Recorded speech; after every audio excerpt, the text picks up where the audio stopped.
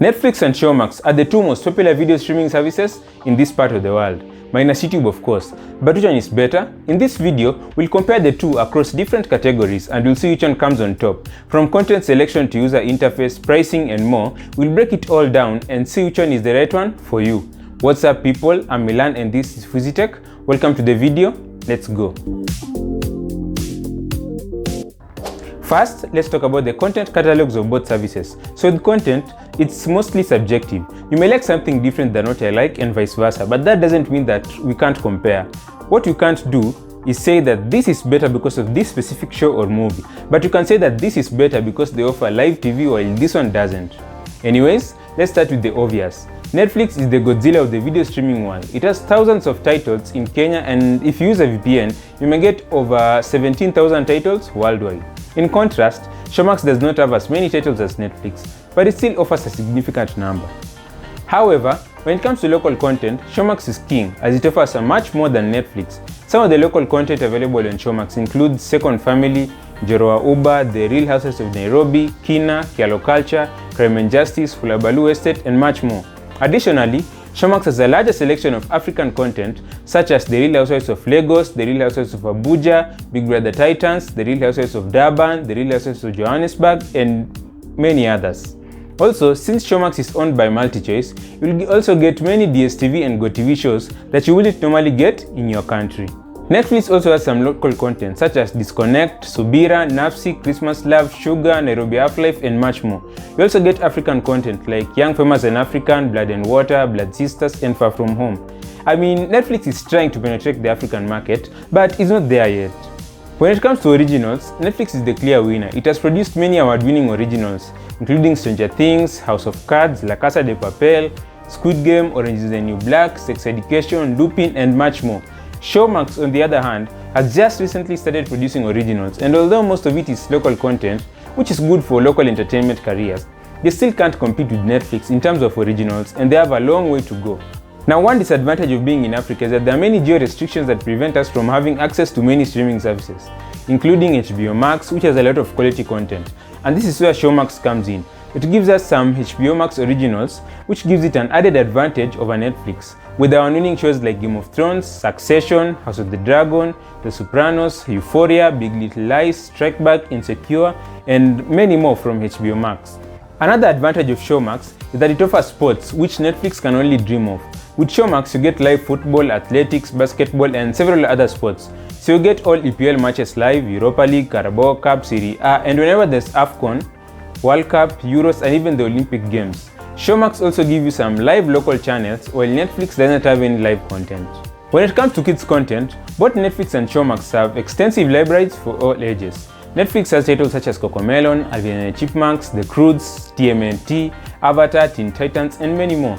Showmax also has a good library of kids content, including The Loud House, an extensive selection of Harry Potter, Peppa Pig, Night Squad, and many more. Some good childhood memories.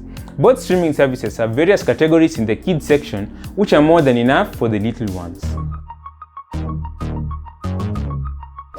Moving on to pricing, let's start with Netflix. There are 4 different packages, so you can choose the one that fits your needs and budget. If you're a mobile-only kind of person, then the mobile version is perfect for you. For just 200 shillings per month, you can watch all of your favorite shows and movies on your phone, and only your phone.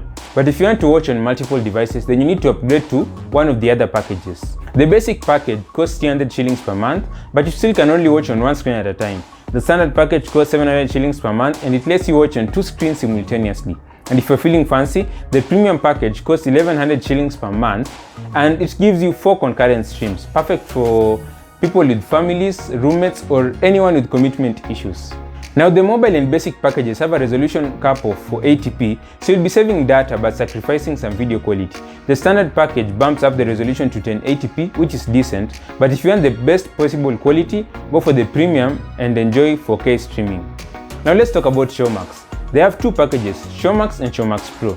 The basic Showmax package only has entertainment, while the Pro version adds sports and news to the mix. The mobile-only version of the basic Showmax costs 300 shillings per month, and you can only register and watch on one device, either a phone or a tablet. But if you want to watch on multiple devices, then the regular basic package is the way to go. For 760 shillings per month, you can register on 5 devices but only watch on 2 at a time. And you can watch on all devices from your laptop to your TV to your phone and all your devices. So if you're willing to shell out more cash for Showmax Pro, then you'll get access to live TV and sports. For the mobile-only version, you'll pay only 1050 Kenyan shillings per month, and you can only register and watch on one device on one stream. But if you want more flexibility, then go to the regular Pro package, which is the way to go. For 2100 shillings per month, you can register on 5 devices and watch on 2 at a time. So Showmax highest package costs twice as much as Netflix premium package. And while Showmax doesn't offer 4K resolution, it does have live TV and sports, which might be worth the extra dough for some people. Matter of fact, I'm certain that everybody who pays for the highest level of Showmax Pro does it for the sports, and specifically football. And even though Showmax is more expensive, Netflix still has more concurrent streams. Again, this depends on what you like, but from the outside looking in, Netflix seems like the better choice. We've already talked about the streaming qualities that both Netflix and Showmax offer at different packages. With Netflix, you get 480p for the mobile and basic packages, 1080p for the standard package, and 4K for the premium package. Showmax, on the other hand, doesn't specify, but all packages offer HD quality. Now here's where things get interesting. In my personal experience, Netflix handles their streaming quality better than Showmax. Why? Well, because Netflix preloads your content further ahead, so you'll have good quality when watching even if your internet speeds drop. This means you won't be left staring at a blurry mess when your Wi-Fi starts acting up. Showmax, unfortunately, isn't quite as reliable. When your internet speeds drop, it either stops working completely or the video quality becomes so bad that you'll be squinting at pixels on the screen. This negatively affects the watching of live football as well, as you'll keep lagging behind, making it difficult to enjoy the game. It really sucks hearing people celebrate outside and you don't know if your team has scored or has been scored against, especially as a Chelsea fan.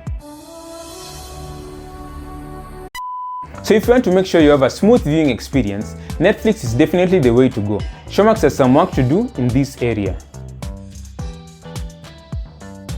Moving on to user interface, whether it's on your phone, laptop or TV, Netflix is better than Showmax. I feel like it's easier to navigate or to find something in Netflix than in Showmax generally, but I don't think it matters that much. When it comes to parental controls, both Netflix and Showmax offer a kids profile option. This ensures that children are not exposed to inappropriate content. I mean, you wouldn't want to see your kids watching something like Game of Thrones. So you create your own adult profile and set a password, then the kids profile won't even need a password. Talking about profiles, with Netflix you can create your own profile, set your own password and keep your viewing history, recommendations and preferences private. With Showmax, you can also create your own profile, but all the profiles share the same password. So it kind of beats the point of profiles giving you privacy. When it comes to downloads, Netflix has the upper hand. It allows users to download up to 100 titles at a time, which is fantastic for when you're traveling to places with limited internet access. Showmax, on the other hand, only allows 25 downloads at a time, which can be limiting for heavy users. Okay, now after all that, what is actually the better streaming service out of the two?